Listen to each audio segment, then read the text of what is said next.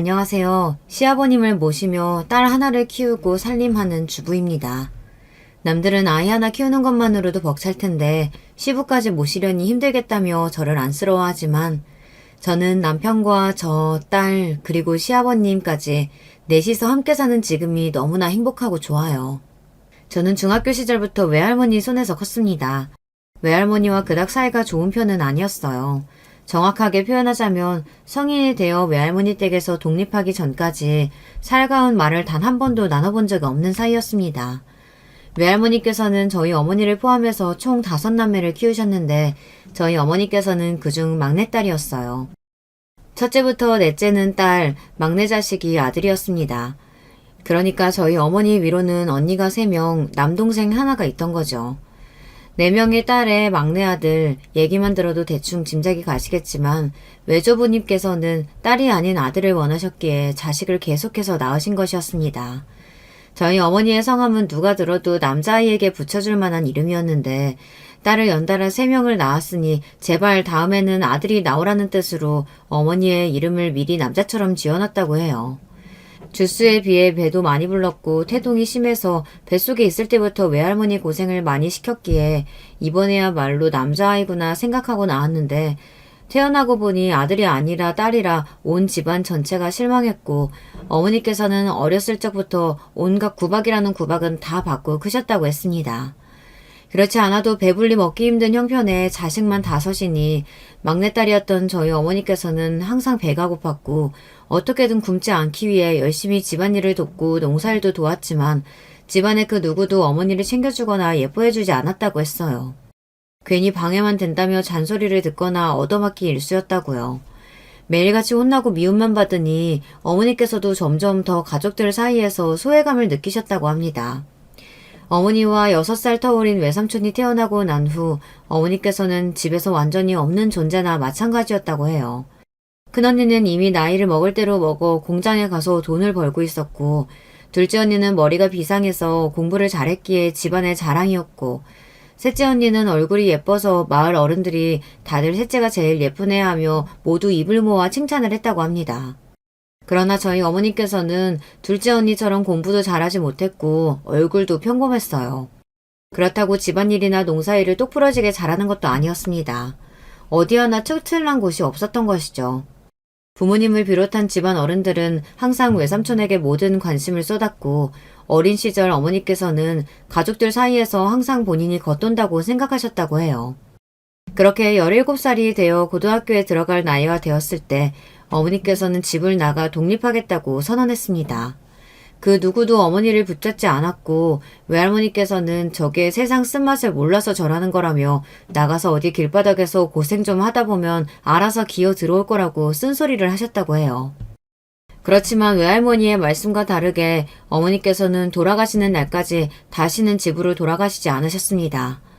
어머니께서는 집을 나와서 무작정 일자리를 찾아다녔지만 17이라는 어린 나이에 먹고 자란 게 없어 비실비실했던 어머니는 아무 곳에서도 환영받지 못했어요. 그러다가 그런 어머니를 안쓰럽게 여기신 한 식당 아주머니께서 일을 할 수 있도록 선의를 베풀어 주셨고 어머니께서는 그렇게 백반집에서 일을 시작하게 되었습니다. 새벽부터 나가서 재료를 손질하고 분주하게 음식을 나르고 청소하고 설거지하고 몸은 몹시 고됐지만 언제나 구박받고 지내던 집에서의 생활보다 마음만은 훨씬 행복하셨다고 해요. 식당 아주머니께서도 겉으로는 툭툭대셨지만 어머니를 딸처럼 잘 챙겨주셨다고 합니다. 알고 보니 식당 아주머니께는 딸이 1명 있었는데 어렸을 적에 고열을 앓다가 목숨을 잃었다고 했어요. 만약 딸이 살아있었다면 어머니와 비슷한 또래였을 터라 갈 곳 없는 어머니를 도저히 못 본 척할 수 없었다고 하셨습니다. 그렇게 식당에서 일한 지 꽤 시간이 지났을 무렵 식당 아주머니께서는 어머니께 나이도 어린데 언제까지 이렇게 총구석 시장에서 밥이나 만들면서 살 거냐며 공부를 하든가 아니면 자격증이라도 따서 더 괜찮은 일자리를 찾아보라고 말씀하셨어요. 그렇지만 어머니께서는 본인은 공부머리도 없고 지금 이 생활에 아주 만족하고 있다. 굳이 다른 곳으로 가고 싶은 생각이 없다고 답하셨다고 합니다. 하지만 식당 아주머니께서는 단호하게 다음 주부터는 나와서 일할 필요 없다며 다른 일 찾아보라고 말씀하셨어요. 결국 어머니께서는 식당 일을 그만두고 얼마 지나지 않아 식품 공장에 취직을 하셨다고 합니다. 어머니께서 맡으신 업무는 단순 반복 노동이었기에 일에는 쉽게 적응했지만 식당 아주머니가 말씀하셨던 것처럼 미래가 보이는 일은 아니었습니다. 그래서 어머니께서는 고민 끝에 대학 진학을 목표로 공부를 하시기 시작했어요. 남들보다 조금 늦은 시작이었지만 낮에는 공장에서 일하고 밤에는 코피까지 흘리며 정말 열심히 공부를 하셨다고 해요. 물론 혼자서 공부하기 참 쉬운 일이 아니었고 그 과정에서 공장에서 만난 남자가 많은 도움을 주었다고 합니다. 그 남자는 2살 터울의 오빠였는데 대학을 다니다가 집안이 어려워져서 휴학 후 공장에서 일을 하는 사람이었어요. 어머니의 공부를 도와주며 두 사람은 자연스레 사이가 가까워져 연인 사이가 되었고 어머니께서는 그 남자와 같은 대학에 들어가기 위해 정말 열심히 공부를 하셨다고 합니다. 그러나 그런 일은 현실에서 일어나지 않았어요. 그 남자는 어느 날 갑자기 공장을 그만뒀고 행방이 묘연해졌습니다. 공장 사람들 모두 그 남자의 행방을 알지 못했고 남자가 공부한다던 대학은 너무나 멀었어요. 도무지 찾아가 볼 엄두가 나지 않았고 바로 다음 주가 대입시험 날이었습니다. 어머니께서는 일단 시험에 집중하고자 하셨지만 그런 불안정한 상태로 치른 시험 결과가 좋을 리가 없었습니다. 결국 시험을 거하게 망쳤고 설상가상으로 몸 상태가 이상하게 느껴졌어요.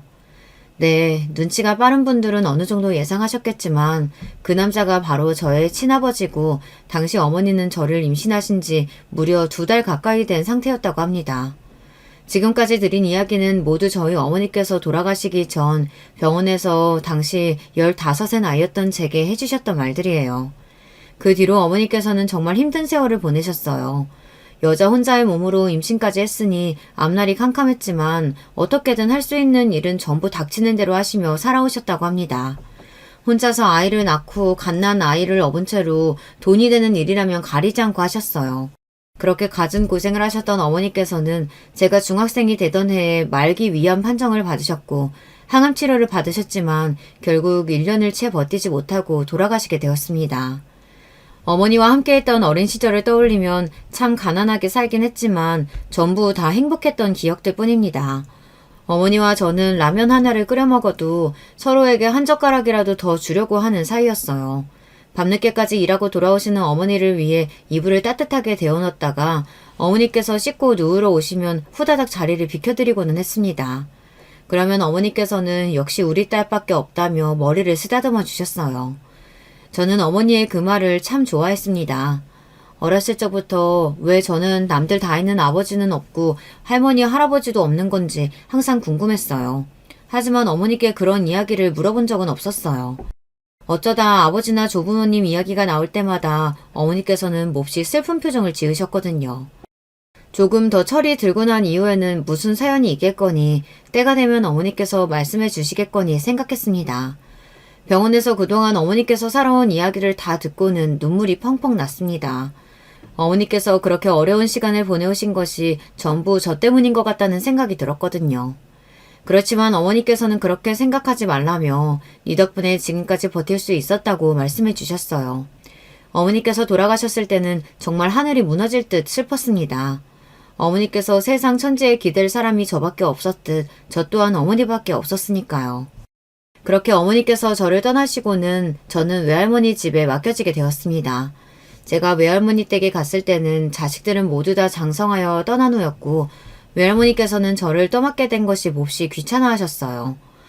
일찍부터 돈 벌러 나갔다는 큰이모는 어머니처럼 집안과 인연을 끊은 지 오래였고 공부를 잘했다던 둘째 이모는 서울에서 좋은 직장에 들어갔지만 마찬가지로 외할머니와 연락을 전혀 하지 않고 있었습니다.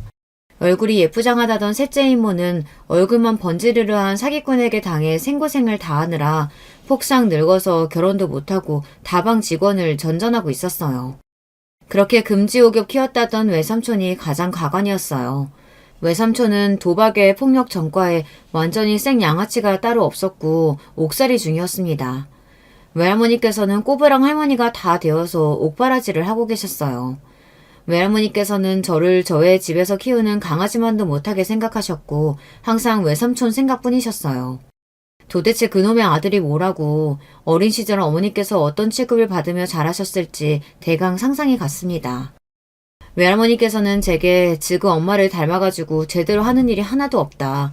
부모보다 먼저 가는 것도 죄인데 짐덩이까지 떠맡기고 가다니 진짜 세상에 그런 보려너가 따로 없다며 제 앞에서 매일같이 어머니 흉을 보셨어요. 어린 시절에 어머니께서 그러셨던 것처럼 저도 하루빨리 성인이 되어 외할머니에게서 벗어나고 싶은 마음뿐이었습니다. 성인이 된 저는 장학금을 받고 서울에 있는 대학에 진학했어요. 성인이 되자 어머니께서 제 앞으로 남겨놓으셨던 유산도 받을 수 있었답니다. 외할머니께서 유산이나 법적인 제도를 잘 모르셨기에 가능했던 일이었어요. 아마 외할머니께서 어머니가 제 앞으로 남겨놓은 돈이 있다는 사실을 아셨다면 진작 외삼촌 영치금으로 넣거나 쓸모없는 곳에 써버리셨을 거예요. 천만다행으로 그 돈은 무사히 제 수중에 들어왔고 저는 그 돈으로 서울에 자취방도 구하고 나름대로 서울 생활에 잘 적응할 수 있었습니다. 어머니께서도 정말 힘든 삶을 사셨지만 저 또한 정말 치열하게 살아왔습니다.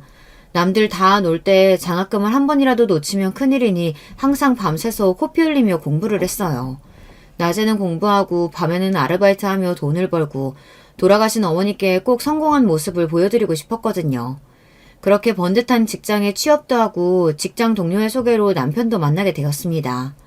남편은 저와 다르게 아주 화목한 집안에서 교육을 잘 받고 자란 사람이었어요. 무슨 우연의 일치인지 남편은 저희 어머니와 같은 5남매 집안에서 유일한 아들이자 막내였습니다. 저희 집안과 다른 점은 가족끼리 몫이 화목해 보인다는 사실이었어요. 남편과 시댁 식구들은 제 집안 사정과 어려운 형편을 다 알면서도 저를 받아들여 주었고 제 상처를 보듬어 주었습니다. 시댁 식구들 모두 정말 좋은 사람들이었어요. 그때까지만 해도 그렇다고 생각했습니다. 모두가 정말 착한 사람들이라고요. 이렇게 사이좋은 가족이 세상에 다 있구나 싶을 정도였거든요. 시아버지께서는 사업을 하시는 분이었는데 성격이 좀 무뚝뚝하시기는 해도 정말 훌륭하신 분이었습니다. 제 집안 사정과 지금껏 살아온 이야기를 들으시고는 그동안 얼마나 힘이 들었냐며 그래도 이렇게 잘 살아왔으니 정말 장하다. 돌아가신 어머니께서도 하늘에서 기뻐하고 계실 거다 얘기해 주셨습니다. 그 말에 주책맞게 첫 만남 자리에서 눈물을 펑펑 흘려버렸습니다. 시누이들도 모두 좋은 남편을 만나 부유하고 넉넉한 형편에서 사는 사람들이었어요. 인성은 여유에서 나온다는 말이 있잖아요. 다들 삶이 여유로우니 정말 친절하고 좋은 사람들이었습니다. 솔직히 누나만 4명 있다는 이야기에 처음에는 조금 걱정이 되었어요. 하지만 걱정했던 것이 너무나 무색할 만큼 시댁 식구들을 모두 저에게 참 잘해주었어요. 이런 시댁을 만나려고 그동안 이렇게 힘들게 살아온 건가 싶을 정도였죠. 내일 점심에 시간 좀 내라. 나랑 둘이 식사 함께 하자. 그렇게 결혼 준비가 진행되고 있던 어느 날 시아버지께서 갑작스레 연락을 해오셨습니다. 남편 없이 단둘이서 만남이라니 뭔가 불안한 마음이 들었습니다. 혹시 이제 와서 마음이 바뀌신 건 아닌가. 그동안은 불쌍해서 참고 넘어갔는데 아무리 생각해도 나 같은 여자를 며느리로 맡기에는 성에 차시지 않는 건가. 이런저런 생각을 하며 불안한 마음으로 자리에 나갔는데 시아버지께서는 제 앞에 하얀 봉투를 하나 내미셨습니다. 이거 결혼 준비하는데 보태 써라. 시아버지께서는 네 경제 사정 뻔히 알고 있으니 대부분 우리 쪽에서 준비하겠지만 그래도 어떻게 받기만 하고 있겠냐. 너도 자존심 좀 세우고 그래야지. 이런 말씀을 하시며 본인이 줬다 말하지 말고 결혼 준비하는데 보태 쓰라며 1,000만 원이라는 거금을 주셨습니다. 그렇지 않아도 당시 제 수중에 있던 돈은 당시 살고 있던 작은 원룸의 보증금과 아등바등 살며 저축해놓은 푼돈이 다였어요. 너무나 감사하고 죄송한 마음에 차마 고개조차 제대로 들지 못하고 있는데 시아버지께서는 본인이 결혼하실 적 이야기를 해주셨어요. 시부모님께서는 굉장히 금슬이 좋은 부부셨다고 해요. 시아버지께서는 젊은 시절 시어머니께 반해 시어머니를 졸졸 쫓아다니다가 결혼에 성공하셨다고 합니다. 당시 시어머니께서는 동네에서 소문난 부잣집 고명딸이었지만 시아버지께서는 노가다판에서 일하던 가난한 젊은이였어요. 당시 시어머니 집안에서는 시아버지를 완전히 도둑놈 취급하며 끝까지 사위로 인정해주지 않으셨고 두 분은 함께 고향을 떠나 타지에서 결혼 생활을 시작했습니다. 그 뒤로 시아버지께서는 건설 쪽으로 사업을 시작해 승승장구했고 금슬이 좋았던 두 분께서는 계속해서 자식을 낳았어요. 낳다 보니 4명이 되고 4명 연속 딸이 나오니 두 분 다 몹시 신기하셨다고 하더라고요. 시아버지께서는 이제 나이도 있고 시어머니께서 원래 몸도 약하셨던 분이라 4명이면 충분하다. 그만 낳자 말씀하셨지만 시어머니께서는 나중에 나이 들어서 당신이랑 편먹을 아들 하나는 있어야지. 딸만 있으면 당신 쓸쓸해서 안 된다. 아이를 또 가지자고 하셨고 막내는 정말 아들이 나왔다고 합니다. 그렇지만 시어머니께서는 남편을 낳으면서 진통을 몹시 오래 한 탓에 출산 후 몸이 급속도로 악화되셨고 결국 남편을 낳은 지 얼마 지나지 않아 눈을 감으셨어요. 시아버지께서는 부인을 잃은 슬픔에 처음에는 남편이 전혀 예뻐 보이지 않았다고 해요. 그렇지만 자라나는 남편을 볼 때마다 시어머니께서 당신 편이 되어줄 아들 하며 얘기하셨던 것이 자꾸 생각이 났다고 하시더라고요. 애가 엄마 없이 자라긴 했지만 누나만 4명이라 그래도 여자 비위 하나는 잘 맞추고 살 거라며 언제 이렇게 커서 결혼할 여자를 데려왔는지 모르겠다. 혹시 이 녀석이 속썩이면 언제든 바로 달려와서 일러바치라 이렇게 말씀하시는데 너무 감사한 마음뿐이었습니다. 그렇게 시댁에서 마련해 주신 아파트에서 신혼생활이 시작되었고 결혼생활은 너무나 행복했어요.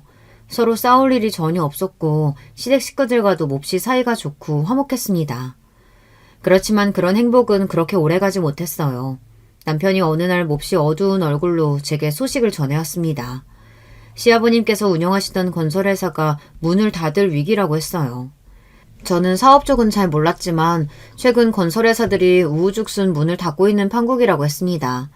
그래도 어느 정도 규모가 있는 회사였기에 그렇게 바람 앞에 갈대처럼 쓰러질 것이라고는 생각도 못했었는데 최근 들어 회사가 좀 위태위태하고 실적도 전 같지 않다는 이야기는 언뜻 전해 들었는데 정말 회사가 망해버릴 줄은 몰랐어요.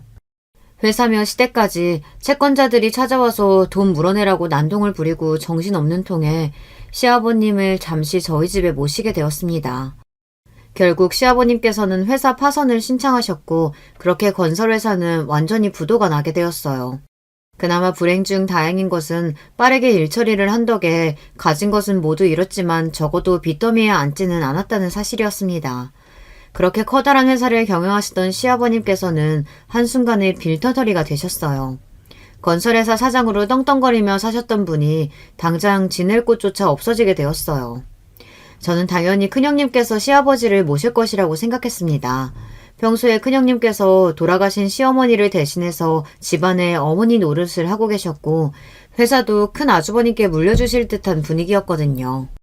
그렇지만 큰형님께서는 구구절절 본인의 사정을 가져다 대며 시아버님을 모실 수 없다 말했어요. 나머지 형님들도 마찬가지였습니다.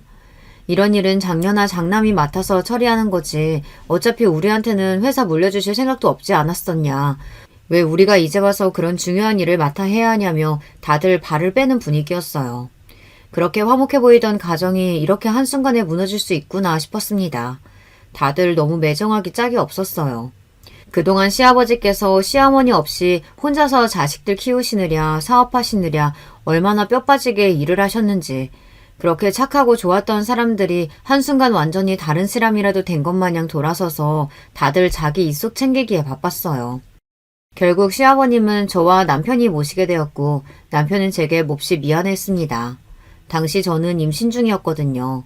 안정을 취해도 모자랄 시기에 시아버님까지 모시고 살아야 했으니 여러모로 곤란하기는 했습니다. 결국 저는 다니던 회사를 아예 그만두게 되었어요.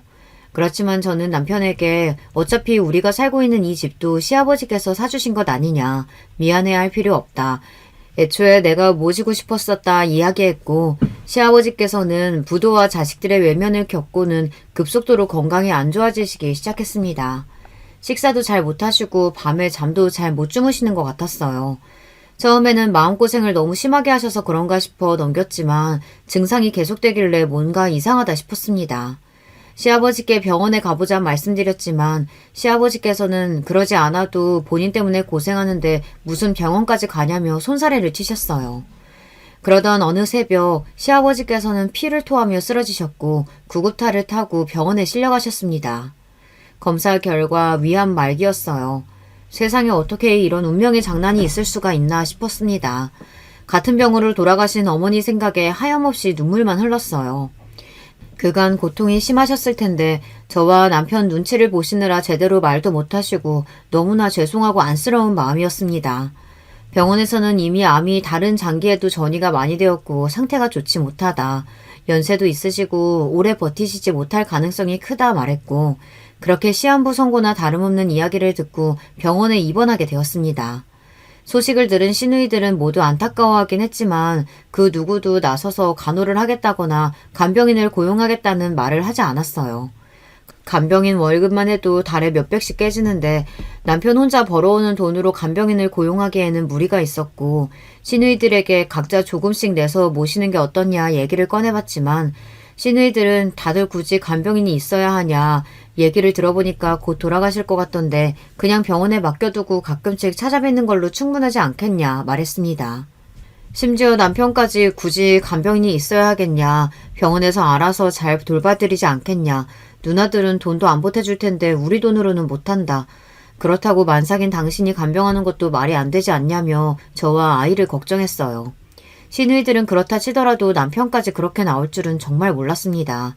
다들 어려운 형편인 것도 아니면서 말기 암이라는 아버지를 위해 간병인 하나를 못 구해주나요? 자식이 5명이나 있는데 어떻게 5명 전부 다 아픈 아버지를 외면할 수가 있는 건지. 비록 저와는 피 한 방울 안 섞인 사이였지만 저는 도저히 시아버지를 이렇게 보낼 수가 없었습니다. 결국 저는 시댁 식구들에게 제가 나서서 간병을 하겠다 말했고 시누이들은 꼭 그렇게까지 해야겠냐며 조금 불편한 티를 내긴 했지만 그래도 조금은 고마워하는 눈치였어요. 남편은 끝까지 반대했지만 저는 그런 남편에게 당신 정말 자식된 도리로서 그러는 거 아니다. 당신 말대로 아버님께서 곧 돌아가신다고 하면 그럴수록 더 지극정성으로 모셔야 하는 것 아니냐. 막말로 아버님 회사가 부도가 나지 않았으면 이렇게까지 외면했을 거냐며 언성을 높였고 결국 남편도 고집을 꺾게 되었습니다. 시아버님께서는 점점 병색이 짙어지셨고 밤에 잠도 잘 못 주무시고 독한 항암 치료에 몹시 힘들어하셨어요. 죽음을 목전 앞에 두니 인생에 대한 회의감도 많이 느끼시는 것 같았습니다. 저는 만삭의 몸으로 아이가 태어나기 일주일 전까지 24시간 병원에서 먹고 자며 시아버지를 간호했어요. 심지어 아이를 낳으러 갈 때마저도 저보다 시아버지가 더 걱정이었습니다. 혹여나 제가 아이를 낳고 오는 사이 잘못되실까봐요. 출산 후 몸조리를 제대로 하기도 전에 병원으로 돌아왔고 갓난아이를 업고 시아버지를 간병했습니다.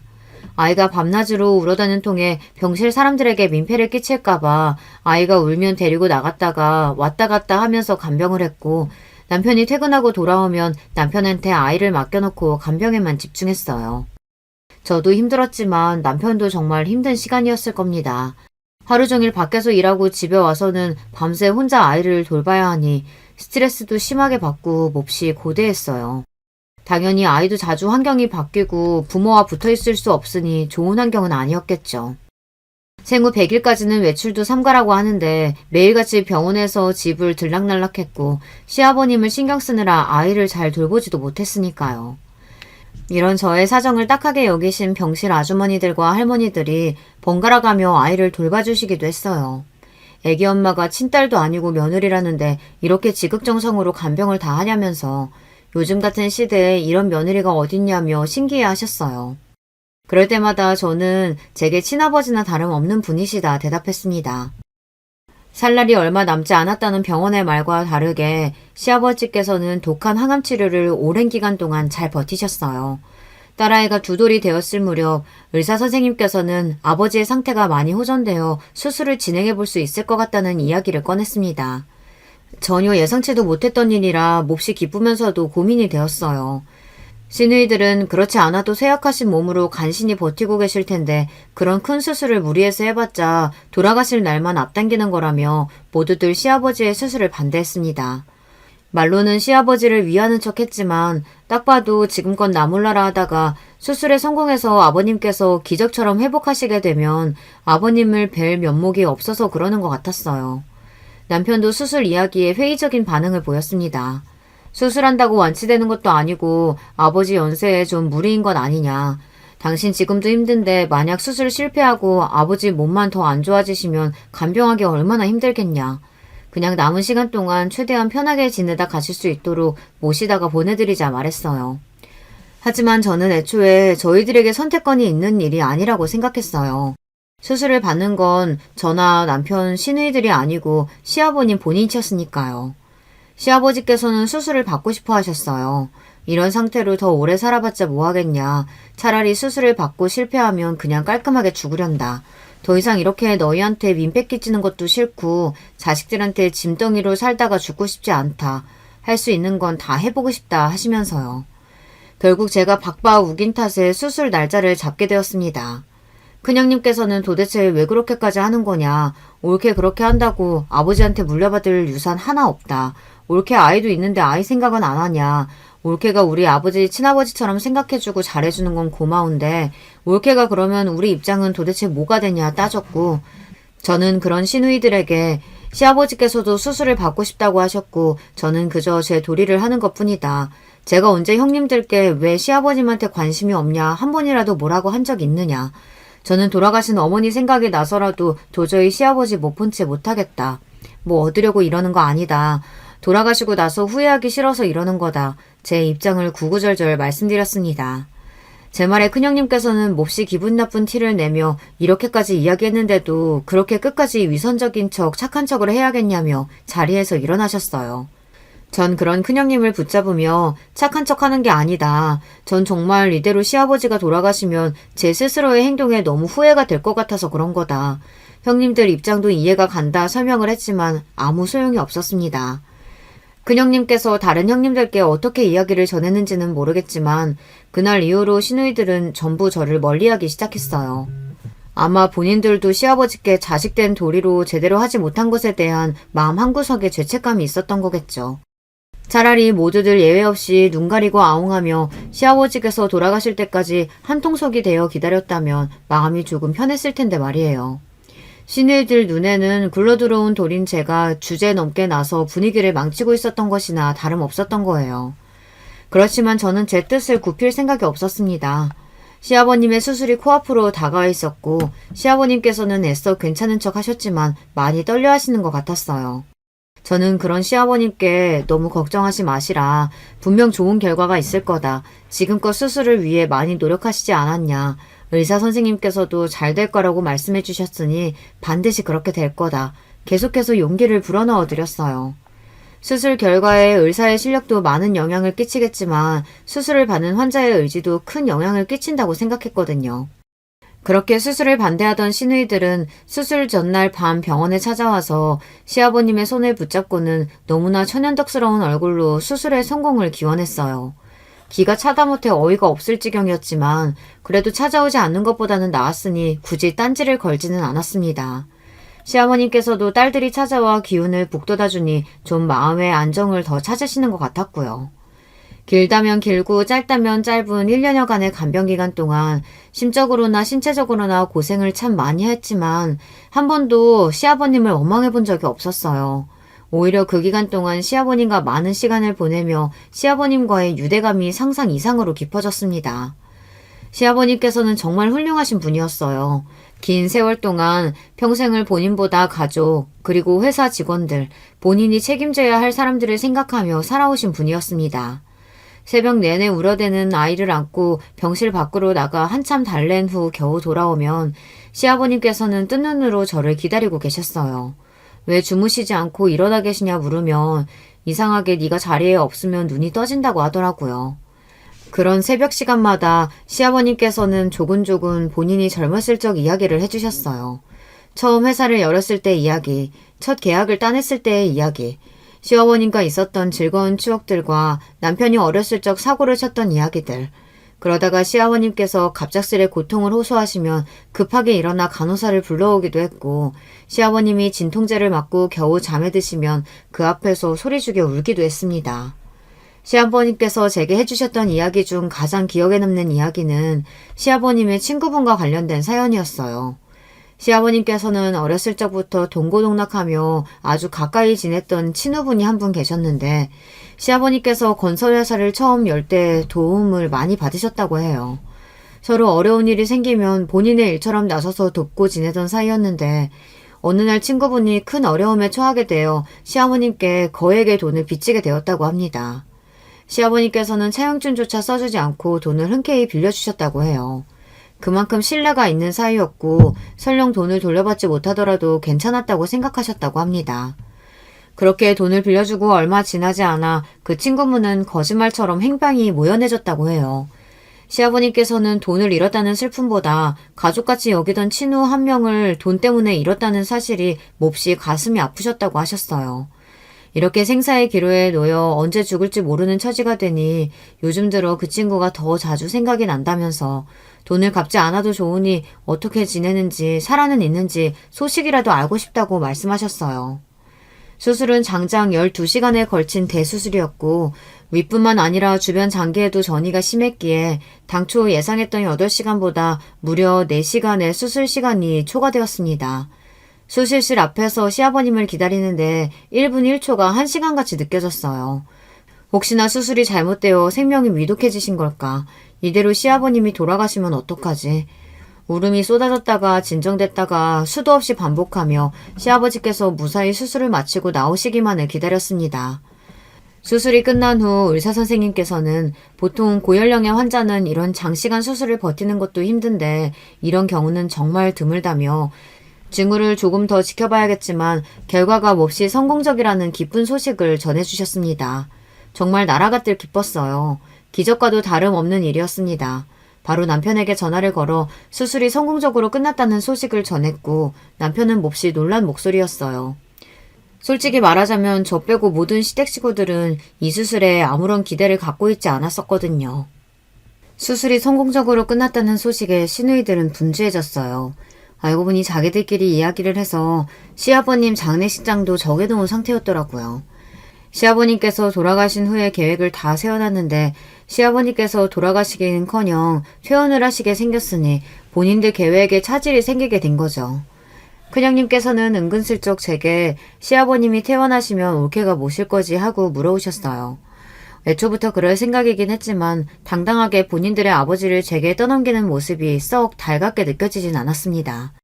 게다가 큰형님께서는 시아버지 수술 이전에 저에게 착한 척 위선 떨지 말라는 말까지 하셨으니 당연하게 제가 시아버님을 모실 거라고 생각하는 것도 아니 꼽더라고요.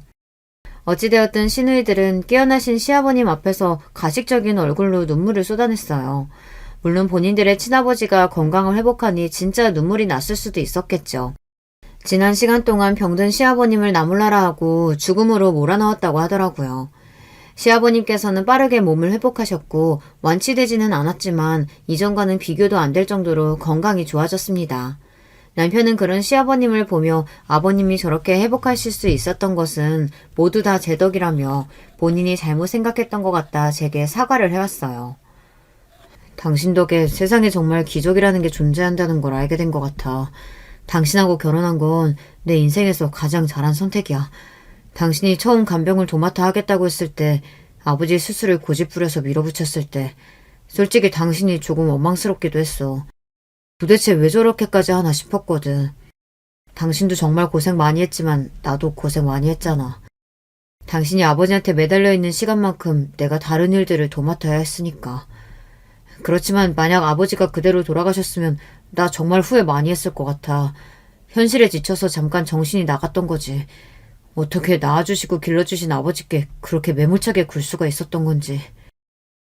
그러면서 남편은 시아버님께서 제게 아무리 잘해주셨다고 한들 어떻게 그렇게 긴 기간 동안 친딸들보다 더 지극정성으로 아버님을 모실 수 있었냐며 앞으로 평생 당신이 한 고생을 잊지 않고 다 보답하며 살겠다고 말해주었어요. 보상을 받고자 했던 말은 아니었지만 남편의 그 말에 그간 했던 고생들과 조금씩 쌓여있던 불만들이 눈녹듯 사라지는 기분이었습니다. 시아버님께서는 얼마 지나지 않아 퇴원을 하시게 되었어요. 당초 예정되었던 대로 저와 남편이 시아버님을 모시게 되었어요. 그 과정에서 시아버님께서는 다른 자식들에 대한 이야기를 한 번도 먼저 꺼내시지 않았습니다. 저희 또한 괜히 시아버님을 속상하게 만들까 시누이들에 대한 이야기를 꺼내지 않았고요. 아가, 할 말 있으니 여기 앉아봐라. 그렇게 시아버님과 함께 지낸 지 정확히 일주일째가 되었던 날이었습니다. 그날은 시아버님께서 오랜만에 외출을 하고 돌아오신 날이었어요.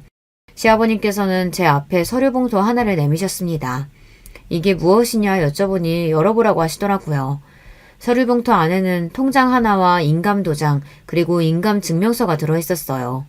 통장 안에는 무려 50억이라는 현실감 없는 금액이 들어있었습니다.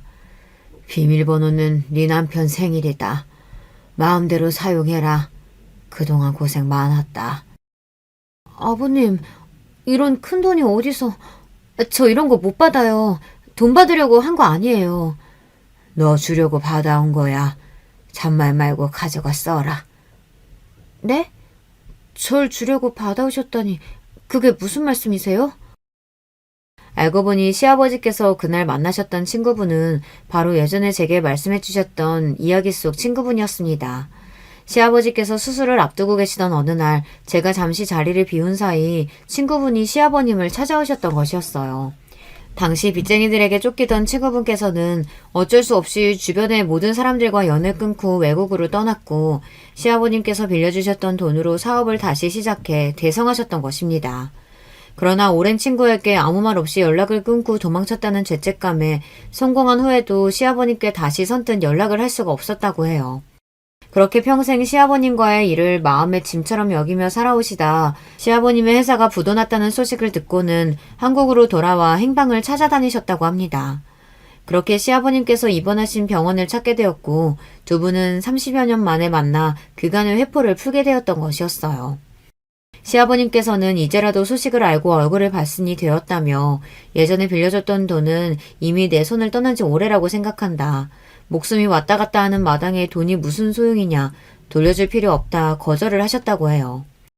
그러나 수술이 대성공으로 끝나고 난 후에 우연히 보게 된 제 손등이 처음 시집 왔을 때와 다르게 자글자글 주름으로 가득 차 있었고 그 모습을 보고는 참 많은 생각이 드셨다고 해요. 그렇게 시아버님께서는 퇴원 후 일주일간 고민을 하시다 결국 친구분께 다시 연락을 해 돈을 받아오셨다고 합니다. 내 친구가 이제라도 다시 내 앞에 나타난 게 다 하늘의 뜻인 것 같다. 그동안 고생한 너한테 뭐라도 지어줄 수 있도록. 이렇게라도 해야 내가 남은 시간 동안 너를 볼 낯이 생기지 않겠냐. 저는 끝까지 돈을 거절하며 보상을 바라고 한 행동이 아니었다. 아버님께서 이렇게 건강하게 태어나신 것만으로도 충분하다 말씀드렸지만 시아버님께서는 기어코 제 손에 통장을 쥐어주셨습니다. 혹시 내서 말인데 네 시누이들한테는 말할 필요 없다. 처음부터 네 돈이라 생각하고 받아온 거니 나 죽기 전까지 알아서 네가 다 쓰도록 해라. 그렇게 제게는 너무나 갑작스럽게 50억 원이라는 큰 돈이 생기게 되었어요. 평생 이렇게 큰 돈이 생길 것이라고는 생각조차 해본 적이 없었어요. 너무나 얼떨떨하고 현실감이 느껴지지 않았고 꼭 로또라도 맞은 기분이었어요.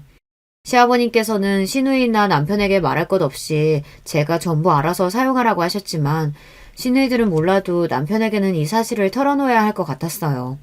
그날 밤 퇴근하고 돌아온 남편에게 시아버님께서 이런 돈을 내게 주셨다며 통장을 꺼내 보여주니 남편도 금액을 확인하고 너무나 놀라 눈이 휘둥그레졌습니다.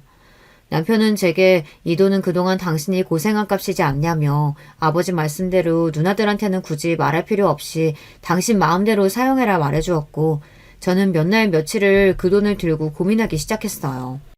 처음에는 시아버님께 좋은 집을 하나 얻어드리고 돌봐드릴 전문 간호인을 구해 여생 동안 편하게 지내다 가실 수 있도록 해드리려 했지만 시아버님께서 그런 것을 바라시고 저한테 돈을 주신 것은 아닐 거라는 생각이 들었습니다. 오히려 돌아가시는 날까지 저희 곁에서 극진히 모시며 함께 시간을 보내는 편이 좋을 것이라고 생각했어요. 평생 여윳돈이 생겨본 적이 없었고 남편이나 저나 사채를 부리는 성격도 아니다 보니 돈은 있는데 도대체 어디다 써야 할지 모르겠더라고요. 지금 살고 있는 집도 충분히 넓고 좋았고 차도 오래되지 않았고 당장 특별히 필요한 것도 없었고요. 그렇다고 주식이나 부동산을 하기에는 저희 부부 둘 다 그런 쪽으로는 문외한이었어요. 그렇게 거금을 들고 아무것도 하지 못한 채 시간만 보내던 차에 정말 예상치도 못했던 일이 일어났어요. 시아버님께서 태어나신 뒤로 거의 연락을 하지 않고 살던 큰형님께 갑작스레게 연락이 왔어요. 무슨 일이신가 하니 할 말이 있으시다며 갑자기 식사를 하자고 하시더라고요. 그것도 남편 없이 나오라면서요. 문득 결혼 전에 시아버님께서 저를 불러내셨던 일이 떠올랐고 이번에도 조금 불안한 예감이 들었습니다. 큰형님께서 제게 하실 말씀 중에 좋은 소식이 없으리라 생각했거든요. 큰형님 혼자 나와 계실 거라고 생각했던 자리에는 시누이 네 분이 모두 나와 계셨고 조금 당황스러운 기분으로 자리에 앉았어요. 다 같이 모여 저를 질책하려고 하시는 건가? 아니면 시아버님 장례 관련 이야기를 하려고 하시는 건가? 아니면 시아버님이 저한테 주신 50억에 대해 설마 알게 되신 건가? 별별 생각이 다 들었고 테이블에는 잠시 침문만이 맴돌았습니다. 올케, 우리가 지금까지 좀 너무했지? 많이 늦기는 했지만 이제라도 사과하고 싶어. 그동안 정말 고생 많았어. 올케한테는 미안한 마음뿐이야.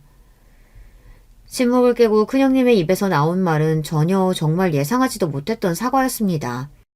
수술 후 시아버님께서 기적적으로 몸을 회복하시고 퇴원을 하시게 되자 시누이들은 정말 당혹스러운 마음이었다고 해요. 애초에 병원에서 얼마 살지 못하고 돌아가실 거라 이야기를 했으니 마음을 정리하며 장례 준비를 한 것도 어쩌면 당연한 일이었을 거라고 생각합니다.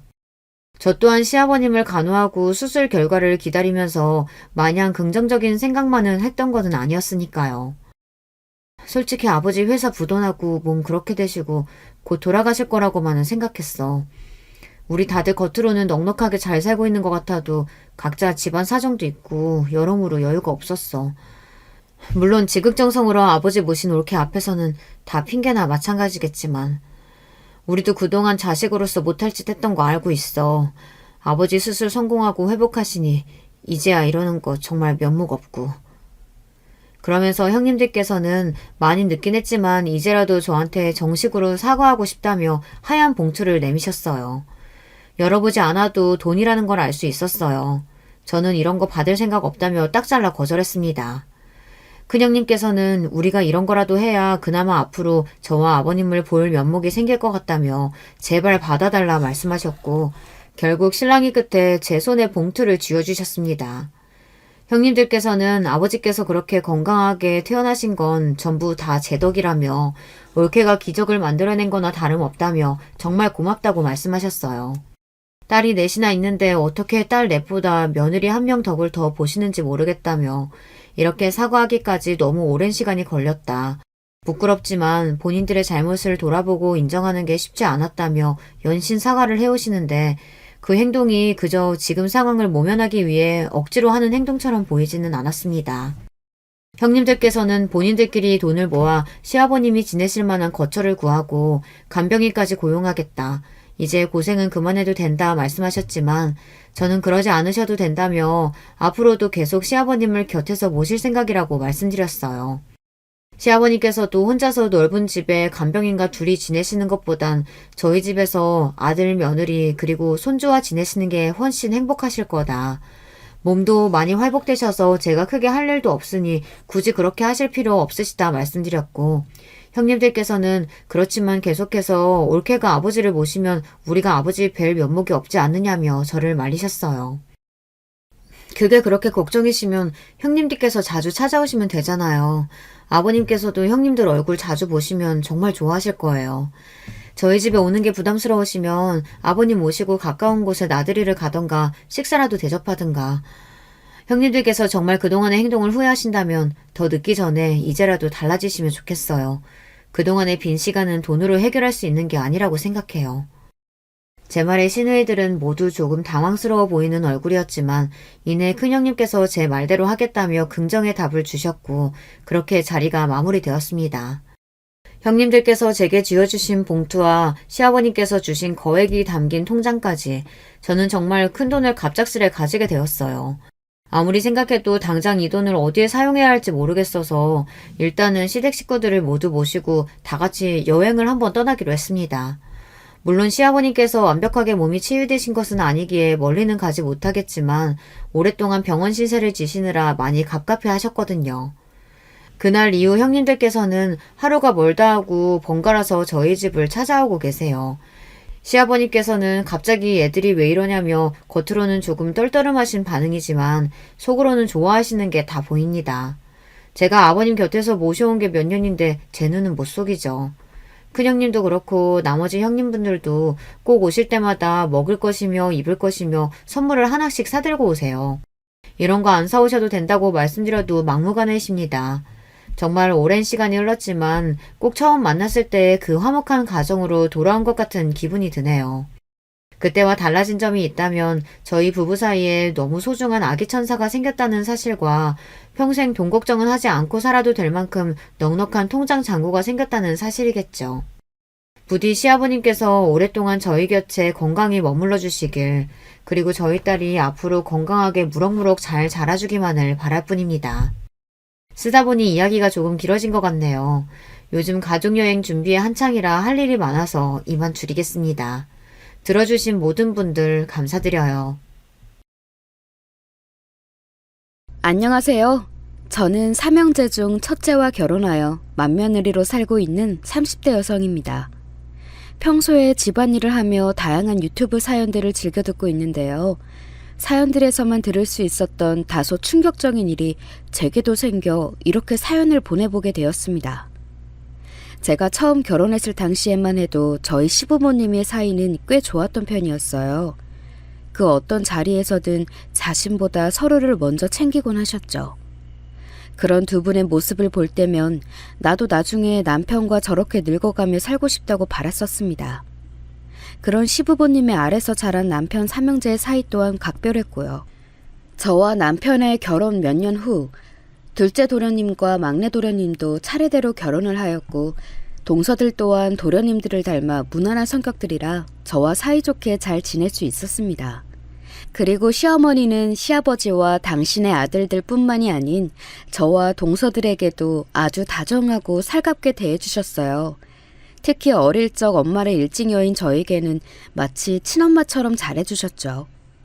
결혼 생활 동안 친정엄마의 부재가 느껴질 때면 어떻게 하시곤 저와 따로 데이트 자리를 만들기도 하시고, 본인이 제 친정엄마인 양 아들인 남편보다 저를 더 챙겨주셨거든요. 시부모님 두 분의 사이가 틀어지기 시작한 것은 시어머니가 황혼 취업을 하신 이후부터였어요. 작지만 탄탄한 사업을 하시던 시아버지 곁에서 평생 전업주부로 사셨지만 더 늙기 전에 경제활동을 해보고 싶다며 시어머니는 60대 초반의 나이에 어렵게 건물 청소 일을 구하셨습니다.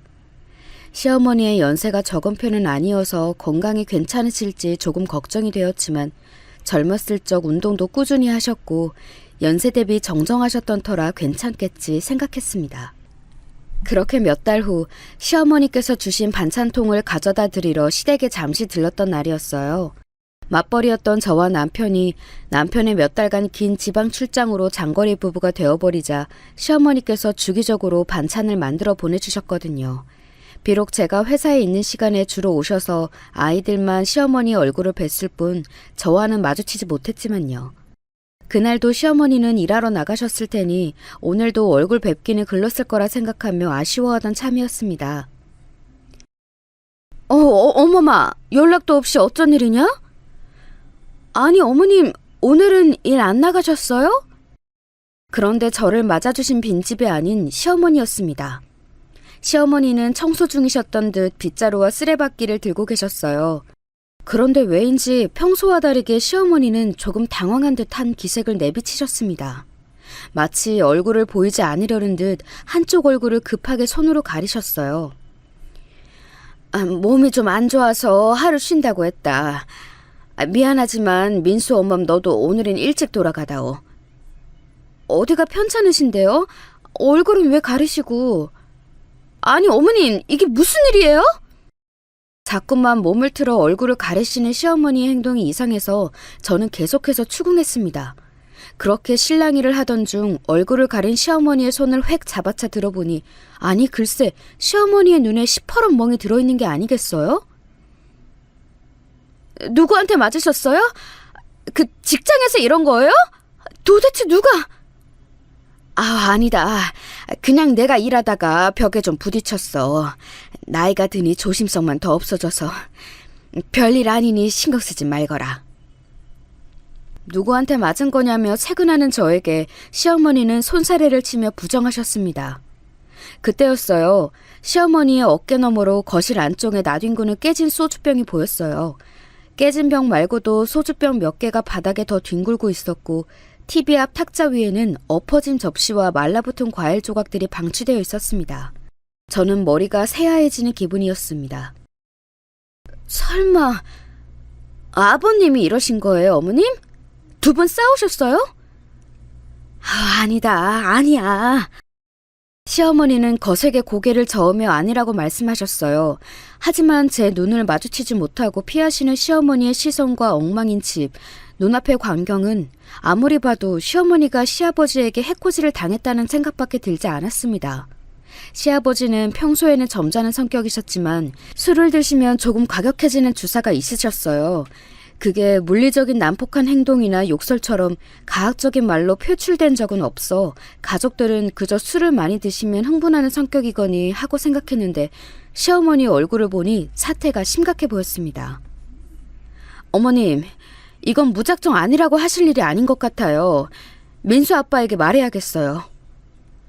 아니다, 어버마. 그러지 말거라. 부탁이다. 이 감목 며칠이면 가라앉는데 굳이 아범 속 시끄럽게 할 일 없다. 시어머니는 오히려 흥분한 저를 말리셨습니다. 하지만 시어머니의 말에 저는 머리를 한 대 더 맞은 것 같았습니다. 며칠이면 가라앉는다니 너무 익숙한 듯한 말투였어요. 그건 시아버지의 행동이 하루 이틀이 된 것이 아니란 소리 아닌가요? 시어머니께서 자식들에게 말도 못하고 고통을 당하고 있었다고 생각하니 정말이지 눈물이 왈칵 차올랐습니다. 평소 바쁘다는 핑계로 시댁에 자주 왕래하지 못한 제가 원망스럽고 시어머니의 사정을 눈치채지 못했다는 사실에 정말이지 홍수 같은 죄책감이 밀려왔어요. 어머님, 일단 저희 집으로 가요. 당분간 저희 집에서 지내시는 게 어때요? 저는 주책없게도 눈물을 뚝뚝 떨구며 시어머니에게 이 집에서 나오시라 말했습니다. 그러자 시어머니는 고개를 나지막이 가로저으며 나는 괜찮다. 이런 모습을 보여 괜히 어멈 네 마음을 시끄럽게 만들었구나. 미안하다. 아이들이 걱정할 테니 미안하지만 이건 너 혼자만 알고 있어 다오. 누가 누구에게 미안하다는 건지 시어머니는 재차 저에게 미안하다는 말을 하셨습니다. 그럴수록 죄책감과 시아버지에 대한 분노는 점점 커져갔어요. 누구보다 착해 빠진 시어머니에게 이런 일이 생기다니요. 제가 얼마나 분통이 터졌는지 여러분은 짐작하시겠나요? 당장이고 시아버지에게 전화를 걸어 화를 분출하고 싶었지만 시어머니의 간곡한 만류에 저는 못 이긴 척 시댁에서 나와 집으로 향했습니다. 같이 저희 집으로 가자는 제 말을 시어머니는 끝까지 거절하셨어요.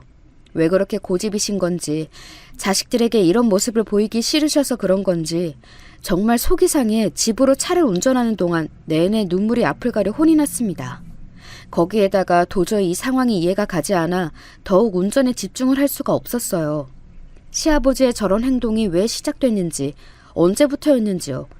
계속해서 캐묻는 제 말에 시어머니는 무건수행이라도 하시듯 대답해주지 않으셨거든요. 도대체 두 분 사이에 무슨 일이 있었던 거지?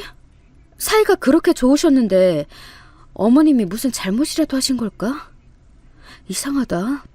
분명 몇 달 전 어머님 생신 때까지만 해도 사이가 참 좋으셨는데 심하게 다투기라도 하셨나? 바로 다음 주 저는 직장에 휴직계를 냈어요. 업계 자체가 비시즌이기도 했고 크지 않은 중소회사라 비시즌 동안 생긴 잉여 인력의 대표님도 고민하고 있던 차라 휴직계는 아주 흔쾌하게 받아들여졌습니다. 의도한 건 아니지만 회사 사정을 고려해 자발적으로 먼저 휴직계를 내어줘 고맙다며 대표님은 휴가비까지 얹어주셨어요. 다행히 남편이 출장에서 돌아오려면 아직 시간이 많이 남아 괜히 휴직한 사실을 알려 시어머니의 사정을 실토할 일은 없었습니다. 당장은 말 못하더라도 시어머니의 일이 어떻게든 정리가 되면 그때 남편에게 말을 해야겠다 생각했어요. 휴직계를 낸 후 저는 일주일에 2-3번은 시댁에 찾아갔습니다. 갈 때마다 매번 그런 것은 아니었지만 시어머니가 시아버지에게 맞은 흔적은 심하진 않아도 종종 발견할 수 있었어요. 아주 가끔 터진 입술이나 늘어난 티 아래로 드러난 목덜미의 멍자국, 반바지를 입으셨을 때 슬쩍 보이는 허벅지의 피멍 등으로요. 시아버지는 제가 처음 발견한 날과는 달리 티가 나지 않도록 얼굴은 잘 때리지 않는 것 같았어요. 제가 휴직한 사실을 시어머니에게 말하지 않았던 터라 늘 퇴근하고 온 척을 하러 저녁에 시댁으로 갔었는데 몇 번은 일찍 퇴근한 시아버지를 마주친 적이 있었습니다. 물론 표정 관리가 잘 되지 않아 애를 먹었지만요. 큰 며느라기 왔냐? 밥은 먹었어? 네, 아버님. 안녕하세요. 오늘은 일찍 퇴근하셨네요. 제가 시어머니에 대한 사실을 아는 걸 전혀 모르는 눈치였어요. 애써 태어난 척했지만 평소처럼 살가운 인사말을 건네진 못했죠. 먹는 둥 마는 둥 불편했던 시부모님과 저 셋이 함께한 저녁 식사 자리에서도 달라진 두 분의 관계는 확연히 티가 났습니다. 서로 물을 먼저 떠다주고 네가 먼저 아니 당신이 먼저 하며 사랑스러운 옥신각신을 하던 모습은 온데간데 없이 침묵만 감돌았으니까요. 시아버지는 시어머니를 때린다는 사실 외에 두 분의 소원해진 관계를 숨길 생각은 딱히 없어 보이는 듯 했습니다. 시아버지는 시댁에서 저와 마주쳐도 딱히 식사를 하자는 권유는 하지 않으셨어요. 아니, 저와의 식사를 피하셨다기보다는 아예 시어머니와 식사 자리를 갖지 않으려 하시는 것 같았습니다. 시어머니는 몸과 마음이 힘든 와중에도 건물 청소 일을 꾸준히 하셨어요. 저는 시어머니가 아무도 없거나 있어도 사이가 소원하지다 못해 술을 드시며 가학적인 행동까지 휘두르는 시아버지와 함께 사는 그 집에 하루 종일 갇혀 계시기보다 오히려 일이라도 다니고 있다는 사실이 다행이라고 생각했어요. 시어머니도 그 편이 낫다는 것을 알기에 더욱 열심히 일을 다니신다고 생각했습니다. 시어머니의 전화를 한 통 받기 전까지는요. 네, 어머님, 어쩐 일이세요? 일하는 중은 아니니? 전화 받을 수 있냐? 집안일을 하던 중이었지만 저는 시어머니에게 일하는 중이지만 괜찮다고 거짓말을 했습니다. 하루하루 어두워지시는 시어머니였지만 그날은 평소보다 더 목소리가 좋지 않으셨어요. 게다가 바로 전날에도 시댁을 다녀왔던지라 하루 사이에 무슨 용건이 생기셨나 싶기도 했고요. 아니나 다를까 막상 제게 전화는 걸었지만 입이 쉽게 떨어지지 않는지 시어머니는 무척이나 뜸을 들이셨습니다.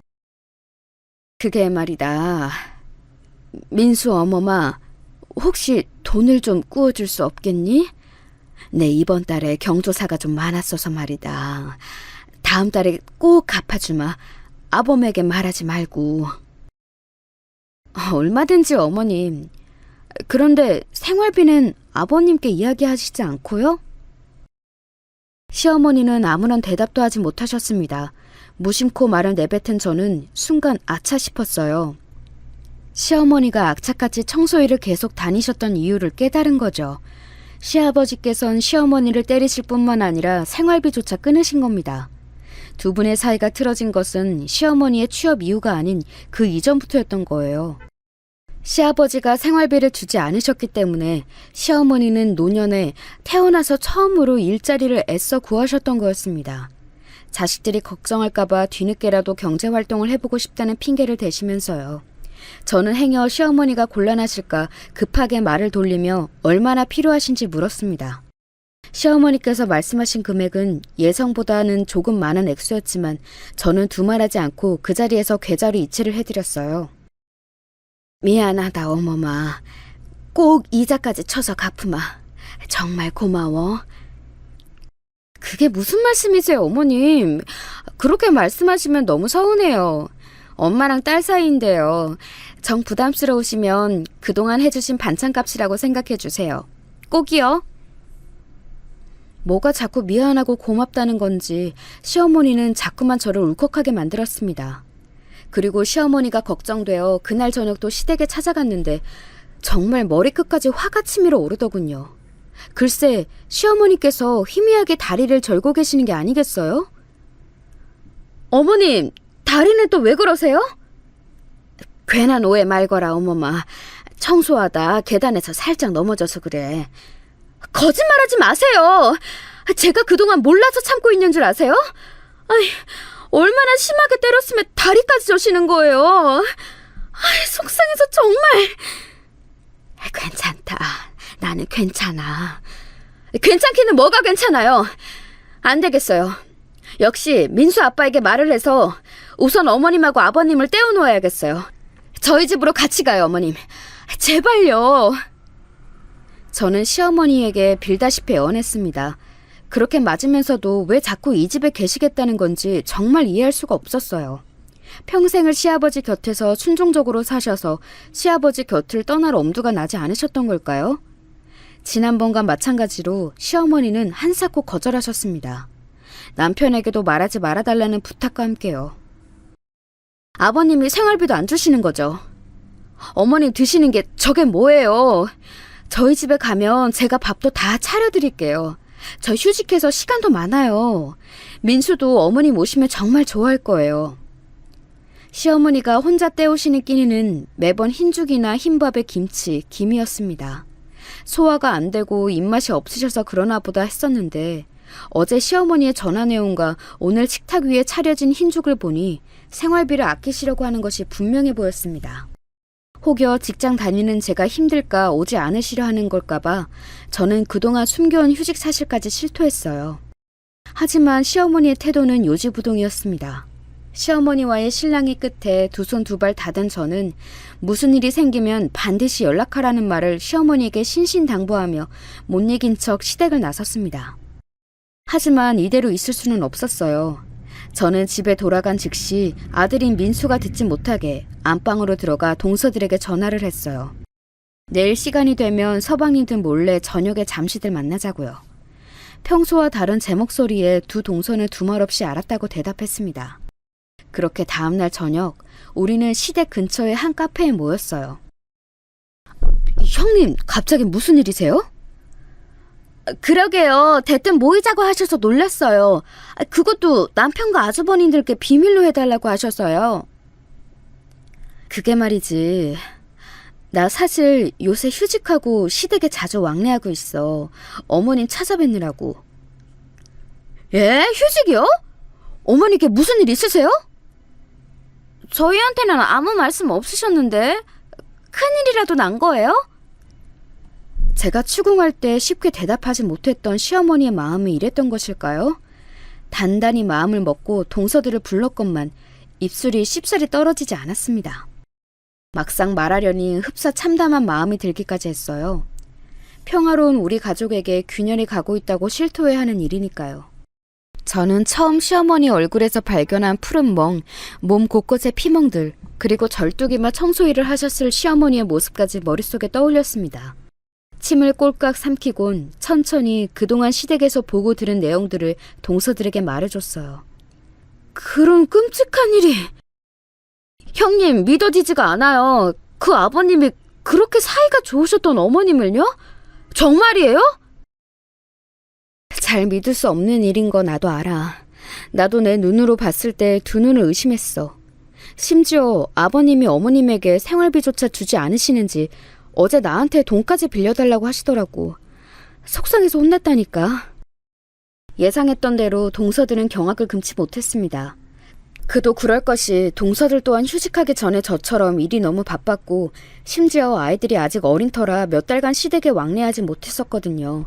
그리고 찾아뵌다고 말한들 시어머니가 굳고 말리셨다고 합니다.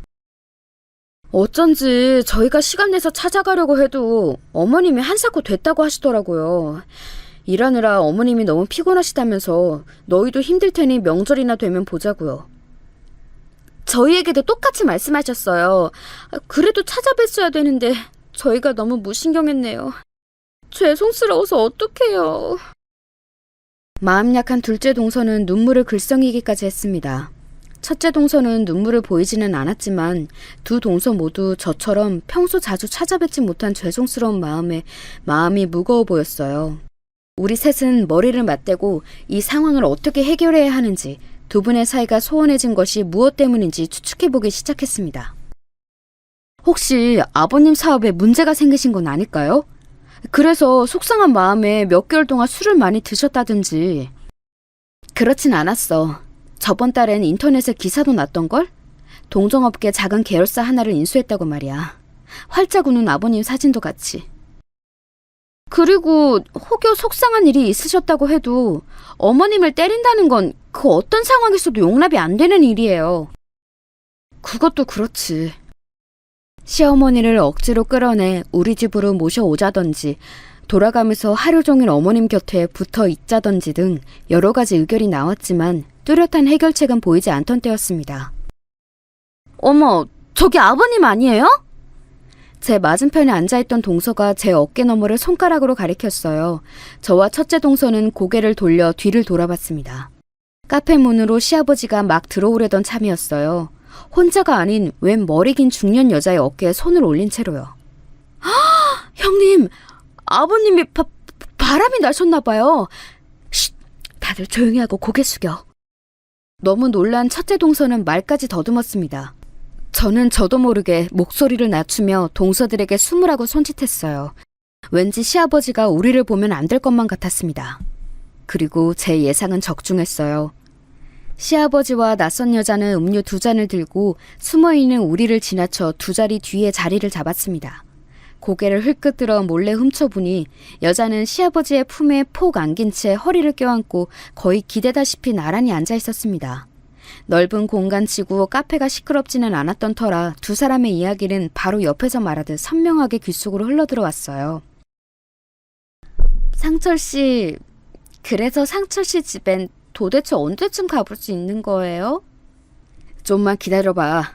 아직 전처가 짐을 다 안 뺐어. 이혼했다더니 짐 좀 있어도 내가 가는데 문제가 있는 건 아니잖아요. 설마 나 이혼만 하다가 버리는 거 아니죠? 내가 상철 씨를 위해 무슨 짓까지 했는데요.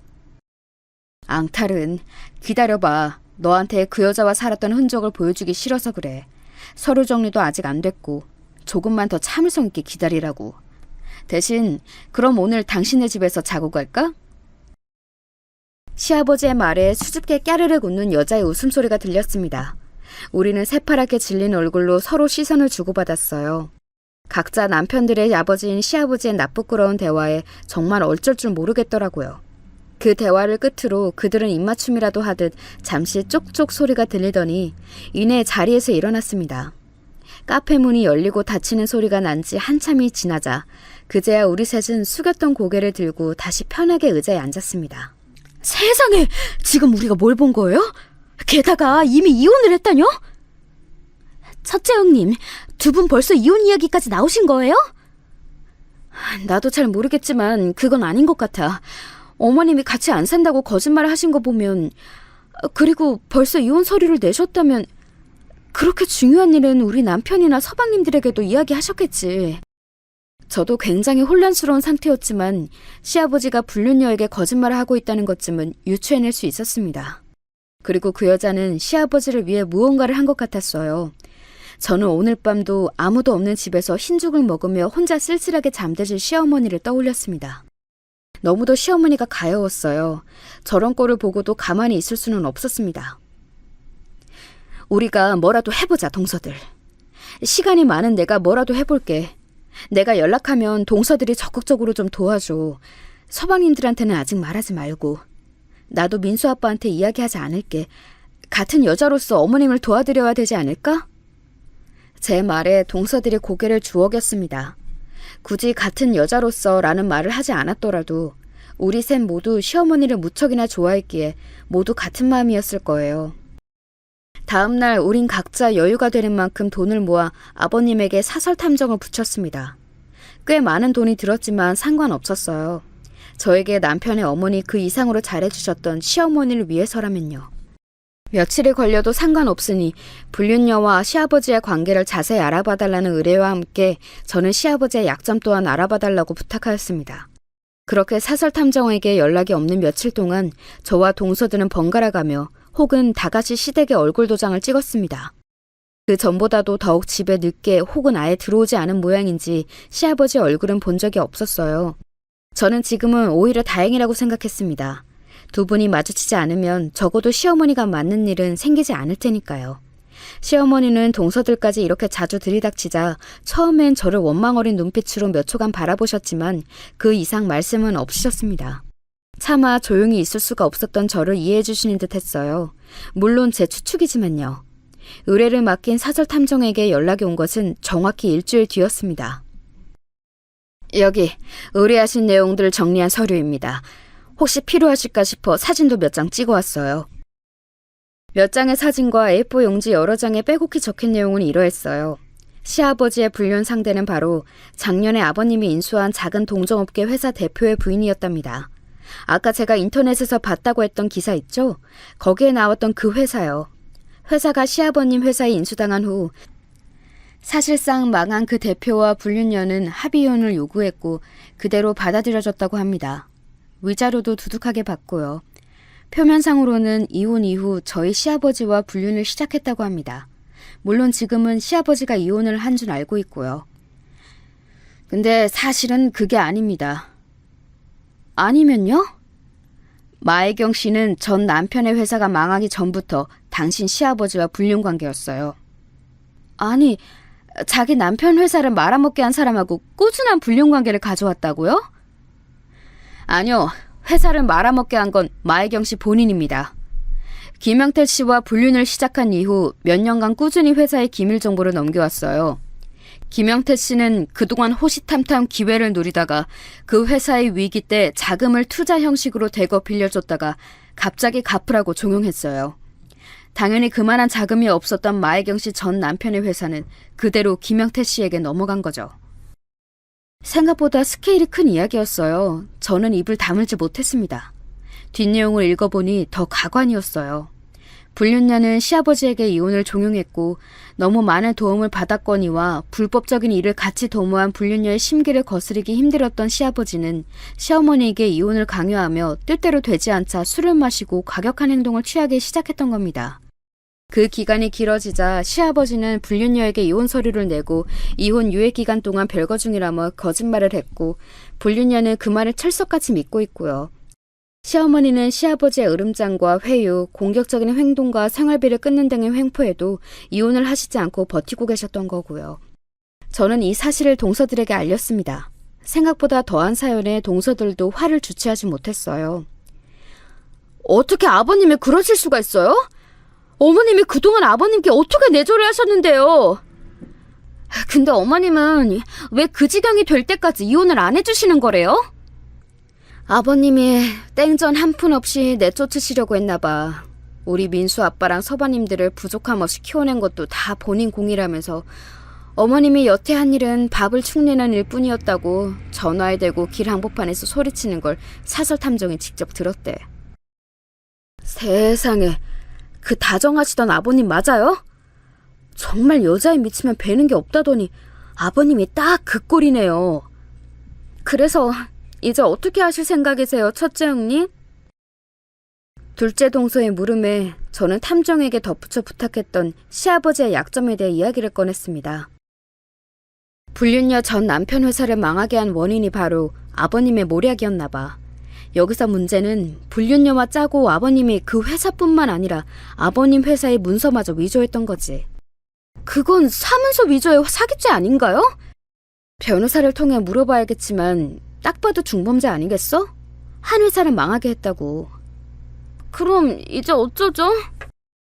저와 동서들 모두 그 다음 말을 차마 꺼내지 못하고 망설였습니다. 아무리 시어머니를 배신하고 차마 해서는 안 될 일들을 하셨다고 한들 남편들의 아버지였습니다. 다들 그런 시아버지를 신고하자는 말이 쉽게 입 밖으로 내뱉어지지 않았던 거죠. 여러분이라면 어떠실 것 같나요?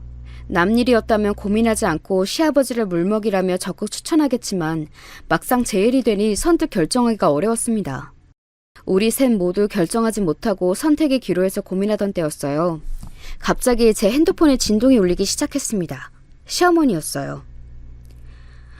민수 어머마, 집에 좀 빨리 와다오. 여보 그만해요. 도대체 왜 이혼을 안 하겠다는 거야? 달라붙어서 내 피만 빨아먹은 거머리 같은 년아! 수화기 너머로 시어머니의 다급한 외침과 퍽 하는 소리, 그리고 술에 취한 듯 혀가 꼬부라진 채 고함을 지르는 시아버지의 목소리가 들려왔어요. 전화는 곧이어 끊어졌고 시어머니는 다시 전화를 받지 않으셨습니다. 마침 시댁 근처의 카페였던 우리는 황급히 시댁으로 달려갔습니다. 시댁의 비밀번호를 치고 들어가 눈앞에 보인 광경은 처참했어요. 시어머니는 배를 감싼 채 바닥에 나뒹굴고 있었고 시아버지는 그런 시어머니는 아랑곳하지 않은 채 시어머니에게 발길질을 하고 있었습니다. 얼마나 술을 많이 마신 건지 집안엔 술 냄새가 진동을 했어요. 시어머니는 정신을 잃으신 것 같았습니다. 아버님 그만하세요. 동서들 뭐해? 얼른 아버님 잡아. 이년들의 밖에서 고생하는 제 시아비 편은 안 들고 같은 여자라고 전현 편만 들어? 이 괘씸한 것들! 소리를 고래고래 지르고 있지만 시아버지의 발음은 전부 뭉개졌고 몸 또한 제대로 가누지 못해 동서 둘이 가로막자 시아버지는 맥없이 바닥으로 꼬꾸라지셨습니다. 저는 곧바로 경찰서와 119에 연락했어요. 들것에 실려던 시어머니의 입가가 슬쩍 올라간 것 같았지만 잘못 봤겠거니 하고 지나갔습니다. 몸이 흔들리는 와중에 잘못 봤나 보다 하고요. 구급차보다 먼저 도착한 경찰들은 일단 시아버지를 현행범으로 연행했지만 이후 병원에서 퇴원하신 시어머니가 처벌을 원치 않는다고 하자 이내 풀려났습니다. 아니 어머님, 도대체 왜 아버님을 봐드린 거예요? 그래요. 어머님이 자꾸 소극적으로 행동하시니까 아버님이 계속 저러시는 거잖아요. 나는 괜찮다. 정말 괜찮아. 괜히 시끄럽게 굴어서 일 크게 만들지 말자꾸나. 아직도 시아버지에게 정이 남으신 건지 정말 답답해 죽을 것 같았어요. 전치 3주를 받으신 시어머니는 입원하지 않겠다고 고집을 부리셨기에 어쩔 수 없이 다시 시댁으로 모셨습니다. 시댁으로 모시는 것도 꺼림칙했지만 그 고집을 누가 꺾나요? 자신의 집이 있는데 어딜 가냐며 아들들 집으로 가자는 권유를 이번에도 뿌리치셨습니다. 시어머니를 모셔다 드린 후 저와 동서들은 약속이라도 한 듯 결심했습니다. 시아버지를 신고하기로요. 엄청나게 열이 뻗쳐 보이던 첫째 동서가 더 획기적인 아이디어를 냈습니다. 우리 그 내 언니한테 회유된 으름장을 놓든 해보면 어때요? 에? 같이 쳐넣어도 모자랄 그 여자를요? 그 둘이 천년의 사랑인데 우리가 으름장을 놓는다고 한들 겁이나 먹겠어요? 동서들의 이야기를 곰곰이 듣던 저는 좋은 생각이 떠올랐습니다. 아니야, 제 코가 석자라고 저까지 범죄에 연루된 걸 알면 겁먹어서 우리한테 협조할지도 몰라. 첫째 동서, 이건 헤어샵에 아는 사람 있지 않아? 그 여자가 거기 다니던데? 돈이 많긴 많나 보네요. 비싼 데인데. 저번에 저희 회사랑 같이 프로젝트 한 데인데 거기 담당 중 한 명이었던 부원장님을 알아요. 꽤나 친해져서 가끔 퇴근 후에 술도 한잔하고요. 잘 됐네. 그 지인한테 부탁해서 그 여자가 예약한 시간에 옆자리에서 같이 시술 받게끔 해볼 수 있어? 잘은 모르겠는데 아마 그 정도는 될 거예요. 부탁해볼게요. 거기서 그 부원장님이랑 수다 떠는 척하면서 집안 이야기를 흘려 증거까지 다 모아서 그 불륜녀랑 시아버님 둘 다 신고할 계획이라고. 그러자 첫째 동서가 걱정스러운 표정으로 물었습니다. 그러다 신고하기도 전에 그 여자랑 아버님이 증거를 전부 없애버리면 어떡해요? 그건 걱정 마. 사설 탐정이 준 자료 중에 위조한 문서들의 복사본도 죄다 들어있었으니까. 괜히 비싼 데 아니었다니까. 그제야 첫째 동서는 안심한 표정을 지었지만 이내 다시 근심스러운 표정이 되었습니다. 그런데 아이들은 어쩌죠? 요 며칠에 어머님을 뵈러 가느라 남편에게 어린이집에서 픽업부터 케어를 전부 맡겼더니 너무 힘들어하더라고요. 그 사람 가뜩이나 요새 가게가 바빠서 체력이 붙이는 것 같아요. 그러자 둘째 동서가 손을 번쩍 들었습니다. 그건 걱정 마세요, 형님들. 세아 세연이뿐만 아니라 첫째 형님네 민수도 제가 당분간 저희 집에서 보살필게요. 동선의 민지도 아직 어리잖아. 괜찮겠어? 저도 뭐라도 돕고 싶어요. 제가 하게 해주세요, 형님. 다들 참 고마우면서도 시어머니가 평소에 참 잘 살아오셨구나 싶었습니다. 비록 노년의 남편 복은 없었지만요. 다음날 동서는 이틀 뒤 그 여자와 같은 시간에 헤어샵에 예약을 잡았다며 연락이 왔습니다. 비록 이른 시간이었지만 반차를 쓰겠다고요. 직장에 있는 동서들 대신 저는 시댁에서 시어머니를 간병하고 있었습니다. 당신은 괜찮다고 어서 너희 집에 가라며 손사래를 치는 시어머니 곁에 꾸역꾸역 붙어서요. 다행히 인대가 늘어나거나 뼈나 장기에 이상이 있지는 않아서 어머니는 빠르게 회복되고 계셨습니다. 그럼에도 불구하고 시어머니 곁에 있고 싶었어요. 제가 친정엄마가 그리울 때마다 그랬듯 이번엔 시어머니가 그 어느 때보다 힘드신 지금 친딸처럼요. 그렇게 이틀 뒤 자신과 헤어샵 부원장의 대화를 들은 불륜녀가 얼굴이 하얗게 질린 채 쫓기듯 샵을 빠져나갔다는 문자를 받았습니다. 연락이 오자마자 전 불륜녀의 집 근처로 향했어요. 집 주소는 이미 사설 탐정을 통해 알아두었었거든요. 다행히 차를 끌고 집으로 온 불륜녀보다 제가 더 먼저 도착할 수 있었고 저는 곧바로 그 여자에게 접근했습니다. 안녕하세요. 마혜경 씨죠? 저는 김영태 씨 첫째 며느리 되는 사람입니다. 당신 뭐야? 내 집은 어떻게 알고 찾아왔어? 방금 전 헤어샵에서 신곤이 어쩌니 하는 이야기를 전부 듣고 온 뒤여서인지 불륜녀는 제 소개에 소스라치게 놀라며 뒷걸음질을 치더라고요. 그러다 뒤늦게 자신에게 더 큰 불이익이 있을까 겁을 먹었는지 존댓말을 사용하기 시작했습니다. 잠깐 시간 되시면 저랑 대화 좀 하시죠. 난 당신이랑 할 말 없어요. 일단 제 이야기를 들으시는 게 당신에게도 이득일 거예요. 아니면 저 손에 든 이 서류들 가지고 바로 경찰서로 갈 겁니다. 여긴 당신이 전 남편과 이혼 전에 저희 시아버지와 불륜했던 증거들, 그리고 최근까지 당신 집에 드나든 사진들 전부 들어있어요. 그게 뭐요? 사진은 사진일 뿐이고 간통죄는 폐지된 지 오래예요. 더군다나 지금은 당신 시아버지 유부남도 아니잖아? 아니요. 저희 아버님이 당신한테 거짓말하신 거예요. 저희 어머님은 아직 원래 집에 살고 계시고 두 분은 이혼은커녕 이혼 서류조차 아직 작성하지 않았어요. 우리는 아버님과 당신을 기업 사기와 사문서 위조, 사기죄로 신고하는 동시에 어머님의 이혼 소송도 같이 진행하며 당신에게도 위자료를 청구할 거예요. 받아낼 수 있는 최대치를요. 사실 시어머니가 이런 상황까지 와서도 이혼은 하지 않겠다고 말씀하실 수도 있겠다고 생각했어요. 여태까지 시어머니 행보를 생각하면요.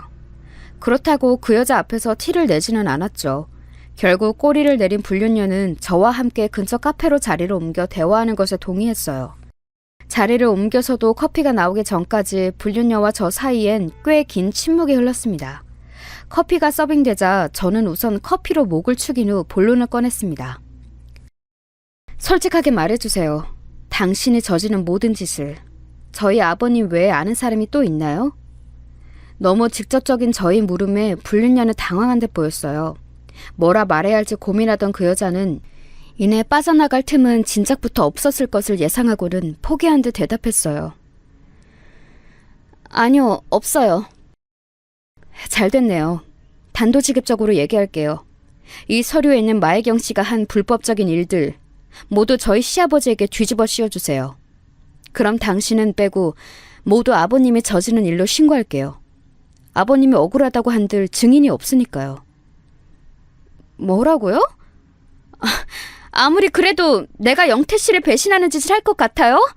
우린 몇 년을 사랑해온 사이라고요. 불륜녀가 치를 떨며 제게 화를 냈습니다. 저는 함께 흥분하지 않고 차분히 뒷말을 이었어요. 아버님이 당신 몰래 빼돌린 뒷돈이 더 있어요. 저희 시어머님 이름으로요. 뭐라고요? 영태 씨가 저에게 그럴 일 없어요.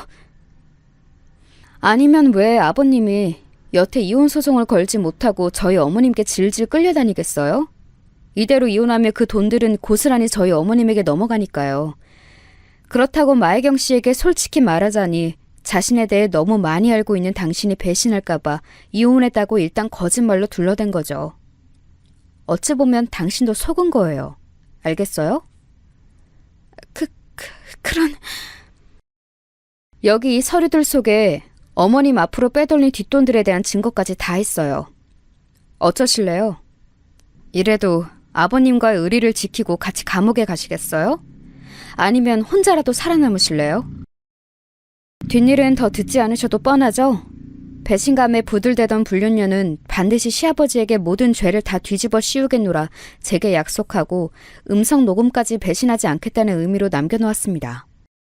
이후 재판에서 시아버지는 불륜녀도 함께 저지른 일이라며 감형을 해달라 억울함을 토로했지만 재판장에서 그녀는 과연 전 남편의 회사를 불륜남과 함께 말아먹어버린 여자다웠습니다. 시치미를 뚝 뗀 채 엄청난 연기력으로 그녀는 판사와 배심원들에게 자신의 무고함을 입증했거든요. 진실을 알지 못했다면 저조차 속아 넘어갈 정도로요. 시아버지는 사문서 위조죄, 사기죄로 징역 10년을 선고받았어요. 불법 인수한 회사의 전 대표, 즉 불륜녀의 전 남편이 불륜녀와 이혼 후 스스로 목숨을 끊으려다 실패하여 여태 의식불명이라는 사실이 밝혀져 판사의 분노에 불을 붙이게 됐거든요. 형 집행을 선고받은 후 교도관들에게 끌려가며 불륜녀를 죽일 듯이 노려보던 시아버지의 눈빛을 아직도 잊지 못합니다. 차마 입에 담지 못할 비속어와 욕설들을 함께 토해내면서요. 몰래 시아버님에게 비웃음을 흘려주던 불륜녀의 얼굴은 덤이었죠. 사실 마음 같아선 불륜녀 또한 단죄하고 싶지만 어찌되었던 간에 시아버지에게 더한 단죄를 내렸으니 만족하기로 했습니다. 한편 시어머니는 아직도 시아버지에게 마음이 쓰이시는 건지 시아버지를 신고한 이후로 항상 표정이 어두우셨어요. 그건 재판이 진행되는 동안에도 마찬가지셨습니다. 뒤늦게 소식을 듣고 붕괴한 저희 남편과 서방님들 그리고 동서들 또한 심정이 복잡한 건 마찬가지였어도 다른 한편으로는 통쾌해하지는 못하더라도 내심 다행이다 싶기도 하고 후련했거든요. 그만큼 시댁에서 시어머니에 대한 입지는 상당했습니다. 헌데 시어머니는 그렇게 배신을 당하셨으면서도 통쾌하기는커녕 일말의 시원섭섭한 모습조차 보이지 않으셨어요. 엄마, 이제 다 끝났어요. 앞으로는 이런 일이 있으면 미련하게 혼자 안고 계시지 말고 저희한테 말씀하세요. 아들 셋이나 둬서 어디에다 쓰게요? 그래요, 엄마. 형수님, 재수씨, 그리고 당신, 우리가 하지 못한 것들을 해주셔서 너무 고마워요. 이 은혜는 두고두고 잊지 않을게요. 별 말씀을요. 어머님의 베푸신 것들의 반도 돌려드리지 못한걸요. 재판에서 나와 모두 시댁에 모여 차를 마시는 동안 남편과 서방님들은 우리에게 고마움을 표했습니다. 그러거나 말거나 저는 계속 표정이 어두운 시어머니가 계속 신경이 쓰였어요.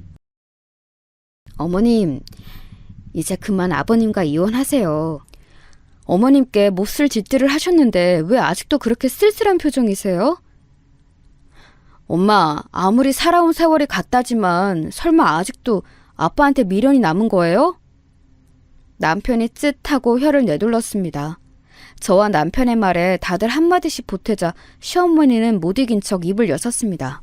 그런데 웬걸 시어머니의 말씀은 정말 충격적이었어요. 내가 미련이 있긴 뭐가 있니? 내가 미쳤어? 조강지쳐 놔두고 딴 년이랑 몇 년을 붙어먹은 징그러운 양반한테 미련이 있게? 시어머니의 폭탄 발언에 다들 벙찌고 말았습니다. 저는 제 귀를 의심했어요. 그동안 이혼하라는 저의 종용에도 한사코 거부하시고 다른 곳으로 도망을 치지도 시아버지를 고소하지도 않고 조용히 괜찮다고만 하시던 그 시어머니가 하신 말씀이 맞는지 믿기지가 않았죠. 어머니, 그게 무슨 말씀이세요? 그럼 그동안 왜... 그 양반이 여자가 있다고 이혼하자고 달달 볶아댈 때부터 뒷조사는 이미 다 해놨다. 내가 일하는 건물 3층에 변호사 사무실만 2개야. 내가 월급도 받는데 뭐 필요한 게 있다고 민수 어머 너한테 그런 큰 돈까지 꽂겠니? 수임료랑 뒷조사 비용으로 수억 깨졌다 얘. 위자료나 톡톡히 뜯어내서 맨몸으로 쫓아내려고 맞았다는 증거도 무지하게 남겨뒀다 이 말이야. 나중에 이혼 소송 걸 때 확실한 증거로 삼으려고 집에 CCTV까지 설치했는데 자꾸 다른 집으로 가자고 하면 어떡하니? 거절하느라 혼났다 정말. 맞는 건 나한테 별로 일도 아닌데. 시어머니의 말이 무슨 말일까 잠시 생각하니 미처 떠올리지 못한 것이 있었습니다. 그건 바로 젊은 시절 시어머니가 꾸준히 했던 운동이라는 게 바로 복싱이라는 것이었어요. 시어머니는 취미로 배운 복싱에 재미가 붙어 여자 아마추어 경기에 나가 준우승을 한 경험이 있다고까지 말씀하셨는데 왜 그걸 잊고 있었을까요? 시어머님께선 스스로 방어하는 법을 아셨던 거죠. 이쯤 들으니 어이가 없어 헛웃음마저 나왔습니다. 너희 아버지 평생 펜 잡고 의자에서만 일하던 사람인데 술까지 취한 그 비실비실한 노인네가 휘두르는 주먹이 아프면 얼마나 아팠겠어. 어머님, 그럼 저번에 전화는 왜 하신 거예요? 형님한테 전화해서 빨리 집으로 와달라고 하셨잖아요. 슬슬 경찰에 신고했던 기록도 한 번은 남겨야 되니까 그랬지. 목격자들도 필요하고. 민수 어멈한테 연락하면 어멈이 어련히 알아서 신고할까 했다. 그때는 좀 제대로 얻어맞느라 고생 꽤나 했어. 시어머니는 그때 다쳤던 허리를 어루만지며 투덜대셨습니다. 시어머니의 말씀은 터무니없었지만 그래도 이제야 과거에 어머님이 왜 그렇게 행동하셨는지 조금씩 이해가 되기 시작했어요. 그래도 하나 풀리지 않은 의문이 있었습니다. 아니 근데 어머님, 어머님이 이혼 소송을 하시진 못했지만 어찌됐든 아버님은 벌을 받아 감옥에 가셨고 그동안 모으신 증거로 감옥에 계신 아버님께 이혼 소송을 걸면 위자료도 충분히 받아낼 수 있는데 왜 그렇게 표정이 안 좋으셨어요? 그 노인네가 멀쩡히 밖에서 회사를 잘 운영해야 죽을 때까지 위자료를 뜯어먹지. 지금 가지고 있는 걸로만 한 방에 털어먹고 끝나게 생겼으니 내가 아쉬워서 그런다. 몇 달을 공들였는데. 저희 어머님 참 대단하시지 않나요? 걱정했던 것이 무색하게 시어머니는 저희 생각보다 훨씬 영민하고 강하신 분이었습니다. 그걸 뒤늦게 깨달은 저희의 잘못이 크죠. 저희는 저희 나름대로 어머님을 구해드리려고 애썼는데 어머님이 저희보다 한 수 위셨네요. 구하긴 누가 누굴 구하니? 이 험난한 세상에 원래 자기 몸은 자기가 지키고 자기 몫은 자기가 챙겨 먹는 거다. 다들 명심해. 그 이후 저희 시어머니는 예정대로 감옥에 있는 시아버지에게 이혼소장을 보냈고 일을 하시던 건물에서 만난 변호사분들의 도움을 받아 크게 승소하셨습니다. 시어머니께 넘어온 회사의 지분은 삼형제에게 나누어 주셨고 이걸로 유산은 끝이라며 나머진 자신이 죽을 때까지 놀고 먹을 거라고 하셨어요. 물론 시어머니를 잘 아는 제 생각엔 그저 농담이신 것 같지만요. 아차, 제가 시어머니를 잘 알고 있는지도 이젠 잘 모르겠네요. 그래도 이거 하나만은 확실합니다. 저는 저희 시어머니가 이전보다 더 좋아졌어요. 제 롤모델로 삼고 싶을 정도로요. 어때요? 이 정도면 유튜브의 웬만한 사연보다 훨씬 재미있었죠? 다들 저희 시어머니처럼 당차고 멋지게 사시길 제가 열심히 응원하겠습니다.